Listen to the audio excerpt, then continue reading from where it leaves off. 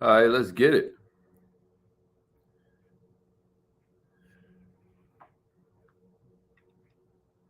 You have something special. You have greatness in you. Hello, this is Les Brown, and you're in the right place at the right time All right, let's get it. Thank you. Please announce yourself. Michigan. Hey, Michigan! All participants are muted. Yeah, Michigan in the house. Entry and exit tones are off. All right, as entrepreneurs, man, it's like it's kind of cool these days to talk about how everything holding us back. Y'all hear people saying it all the time, right? Like, oh man, they trying to stop me. They hating on me. Now it's to the point that even like you hear corporations talking about haters. You know what I mean? You'll hear Mark Zuckerberg talking about, yeah, the haters and all of that. Me and my son was listening to this interview from Mark Zuckerberg and Gary Vee. And Mark Zuck was talking about haters. Gary Vee was talking about haters. All that came from hip hop. But that's a whole nother training. Point I wanted to bring up this morning is that a lot of times it's us hating on ourselves. And there's stuff that's going on that we don't even recognize is going on because we don't pay attention to it. We're completely unaware of it. So what I wanted to kick it with you about this morning are these 7 different ways that entrepreneurs sabotage themselves and don't even recognize it. All I'm trying to do is grow our awareness this morning. Does that make sense?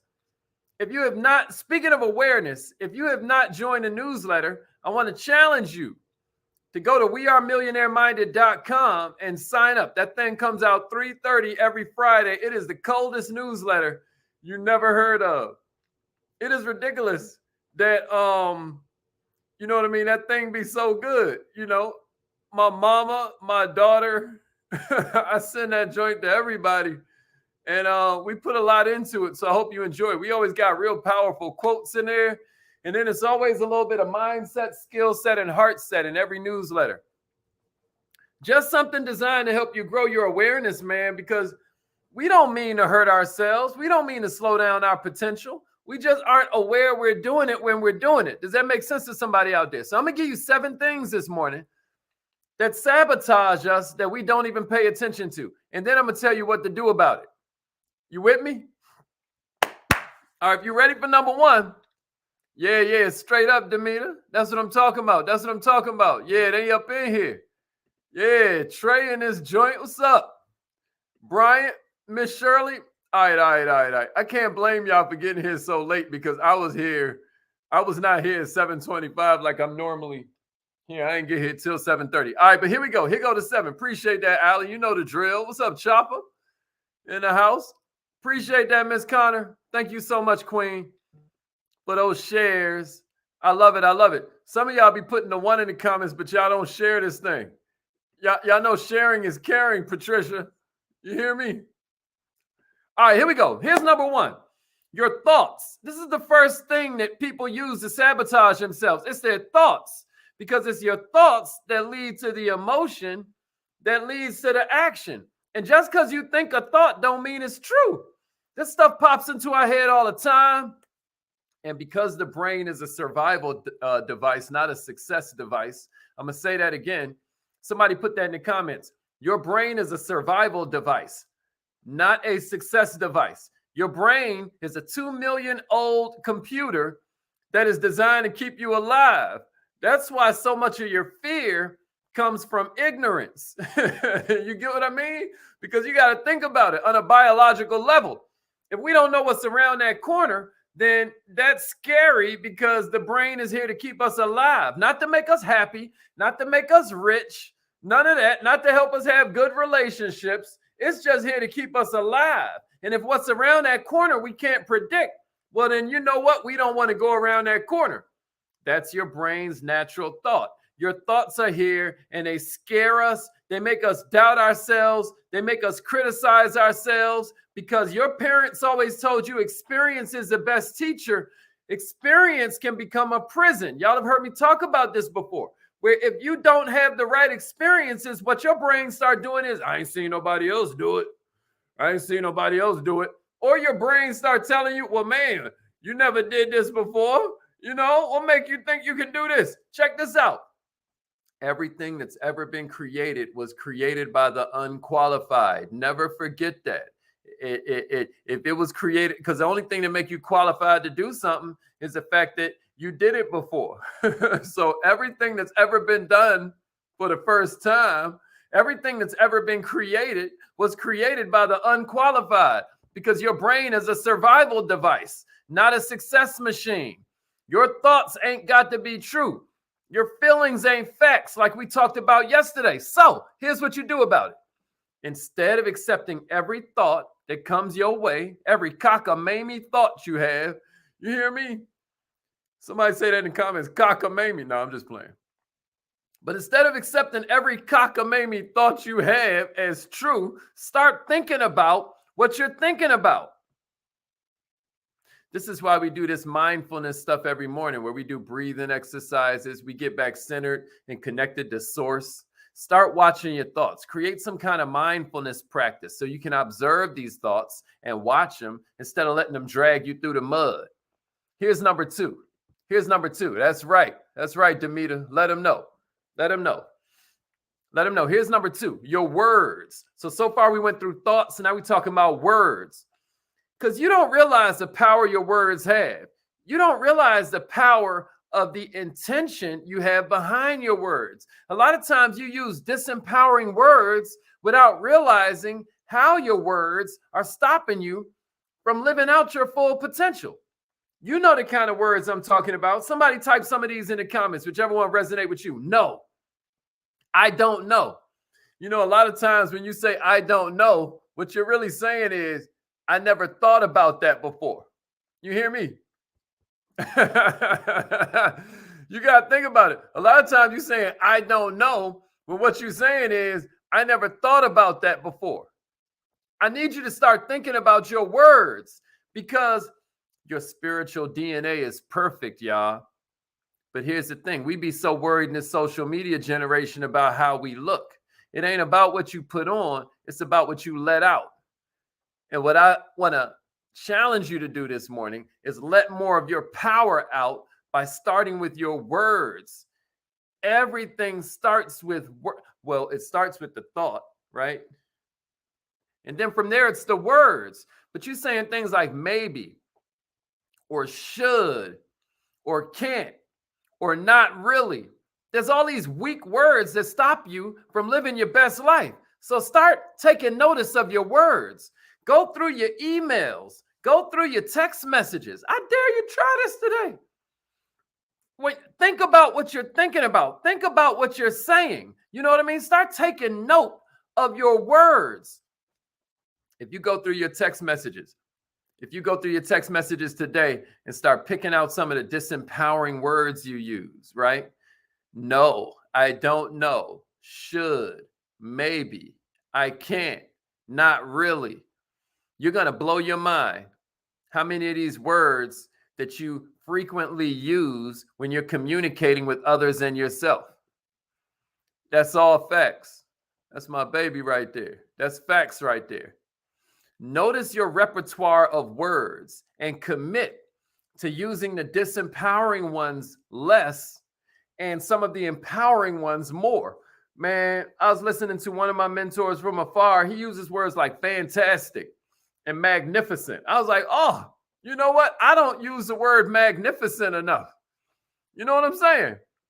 I'll try. That's a good one, Miss Connor. I know you weren't saying I'll try. You were pointing out for everybody. That's another weak set of words right there. Yeah. Hey, let them know, Rita B. Yeah. All right. So all I'm saying is notice your repertoire of words and commit to using the disempowering ones less and using the empowering ones more. Spectacular, astounding, magnificent. You know what I'm saying? When the last time you said something was spectacular?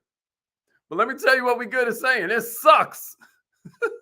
Oh, this is horrible. This is horrific. This is traumatizing. Those are words we go with. When the last time you said something was magnificent? Check this out. Stay positive, y'all. Even in science, it's a plus sign. Negativity is always a minus sign. Stay positive. All the other choices are pretty much pointless. All the other choices are punishments to your psyche. Can I get a witness? That's why I tell you to text message at MillionaireMinded to 81010, because we send you quotes all day. You can take the quotes and repost them on your social media. You can say them to your accountability partner, because now what you're doing is you are lifting each other up instead of punishing each other's psyche with all this disempowering thought, all these disempowering words. Here's a third way entrepreneurs sabotage themselves: your limitations, your self-imposed beliefs about what you can't do, your limitations, your beliefs about what can happen and what's possible. Newsflash, are entirely within your control. Your beliefs. Check this out. You know what's right in the middle of the word belief? It's the word lie. Right? All these facts about what's impossible are really strong opinions. You know, it was once a fact that a boat can't float when it's made out of steel, because every fool knows that steel can't float until physics comes into the picture, right? Everybody knew it was impossible to bend a piece of metal and fly it across the ocean with human bodies inside of it, right? Everybody knew that's impossible, right? Until it happened, because of physics. You get what I'm saying to you? So what's my point? Impossible is just a strong opinion. Your beliefs about what can happen and what's possible are entirely within your control. It's our society. It's our culture. And I hate to say it, but it's our families. It's our loved ones that have tried to get us to conform to playing small. You get me? Because the smaller we play, the more comfortable it makes them about their life. You get what I'm saying to you? When we play small, we make them comfortable, not showing up fully as who they are. Society does a great job of reminding us of the risks of playing big. Society's job is to remind us of the boundaries that prevent you from being fully you. Because I said it before, I'll say it again, you live in the US of A, the United States of what? Advertising. And the more insecure that can make you, the more scared you can walk around, the better a customer you become. The rich man is not the one that has the most, it's the one who needs the least. But this society is built around making you feel like you need more. Man, I'm already almost out of time. I got to hurry up. All I'm saying is, whenever you come up with these ideas and you face these limitations, challenge them. Ask yourself, where is this limiting belief coming from? And what if you didn't believe it? What if you began to, what if you stopped believing your doubts and started doubting your beliefs? You get what I'm saying? What if you stopped believing your doubts and started doubting your beliefs? What's been possible for others? What's the opposite of self-imposed limitation? What if you began to feel and become aware and challenge your limitations in all forms? Here's the fourth one I got for you, your stories. You have these really strong stories about every aspect of your life, from your career and your relationships to your preference in pasta, ice cream. Every decision, every choice you make stems from a story. It stems from an experience you've had and a story you tell yourself about it. These stories are important because they are your past, but they can be crippling when you allow them to kind of take control of your life. When you believe that one incident, one rejection, one failure will repeat itself again and again, you prevent yourself from living life to the fullest. And if you are not drawn to a picture of the future, you become imprisoned by your story of the past. Can I get a witness? This is why it's so important to go to therapy. Because what therapy does is it allows you to reprocess these events and attach a new story. Recognize your stories when you're about to take major life decisions or even small ones. Recognize a story that's making you say you can't do that.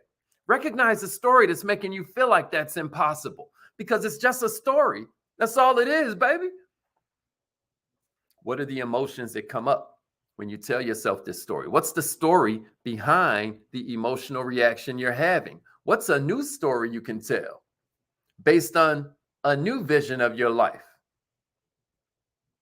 Here's number 5, your expectations. I got to hurry up. Normally we done at 7:45. We going to hurry up. I got 3 more for you. Y'all going to hang out with me? I got 3 more for you. Number 5, expectations. Give me a share if this is resonating with you so far. This is it, man. This is how we jack ourselves up. And number 5 is expectations, because what will happen is your experiences will doom you if you attach them to now it becoming a belief about how it has to go. If you attach yourself to a certain outcome, or you expect people to believe in a certain way, let me tell you what happens. It becomes self-fulfilling prophecy. There is power in your thoughts. There is power in your tongue. I can break it down real practical. If I expect people to treat me good, I'm more willing to give them gifts. I'm more willing to come with smiles and jokes and laughter and great stories. If I expect them to treat me bad, I'm more willing to frown and stay in my shell and never interact with them. And then what do? I create what I expected. The price of the expectation of constant disappointment and feelings that other people have let you down is more disappointment and more people letting you down. The value of you going in expecting people to lift you up, expecting life to be wonderful, is that you start finding the wonderment in all these experiences. You can't control circumstances, and people will usually not do what you want them to do. But check this out. You can live with hope for a certain result, but not attach yourself to that result. You get what I'm saying to you? You can want it, but not depend on it, right? Here's number 6, your perspective. The best way I've ever heard perspective described is like, it's almost like a pair of sunglasses. How you see the world depends on the color of the shades that you're wearing. You know what I mean? Y'all ever heard them describe optimism as rose-colored glasses, right? If you're wearing blue shades or black shades, then you're going to see the world as blue. Y'all ever put on a color of shades that had a different color lens in it? If you see the world as a sad place, right, you're going to view circumstances sadly. If you see it as a cruel place, you're going to continue to find cruelty. If you see it from a place of hopelessness, you can imagine how you're going to end up interpreting the events that arise. Right? Notice your default perspective. Somebody give me that in the comments. Notice your default perspective. And what I'm challenging you to do this morning is find the joy. Find the resilience perspective. Because by changing the lenses on your life, you'll change the circumstances in your life. You hear me? I think Henry Ford said, man, I like that, Dennis. Inspect what you expect. You hear me? Yeah, the yellow ones, the yellow ones. Let's get it. I heard that, Kathy. I heard that. All right. Here's number 7. This is the last one I got for you. Your vision. Millionaires, your vision. The reason we do these visualization exercises every single morning is because a lot of times your vision conforms to what's happening right now. Your day-to-day life starts to limit your vision. A lot of times you can't see beyond it because we just tend to believe what's in front of us is the most important thing. So now what happens? Your day-to-day problems start to bury your vision. Man, Helen Keller said something deep. What a tragedy it is to have sight, but no vision. Best book about entrepreneurship ever written says a people without vision perish. What I'm saying is you got to go beyond today. You got to go beyond the mundane and the day-to-day. Stay true to your highest purpose. Yesterday, we were talking about how you get rid of these emotions as you ask yourself, does this serve my highest purpose? Does this serve my highest value system? Does this serve the good that I know I'm here to create in life? Listen to me. Go beyond today. Stay true to your highest purpose. Stay true to what's possible and what you want for your life. Practice visualization and seeing the kind of life you want. Daydream freely. Journal the life you want. Live for today, but envision the life you want for tomorrow, and you'll stop sabotaging yourself. It's affirmation time, y'all. I know we went a little bit over. I apologize. We went 4 minutes longer than we normally go. but it's affirmation time. Call in right now. Call in right now. Call in right now. Right now, right now. We're about to get busy. We're about to get busy, y'all. Let's get it. And if your phone line tries to charge you, then just text message call me to the same number. Text message call me to the same number. Here we go. Repeat after me. Say it like you mean it. I am so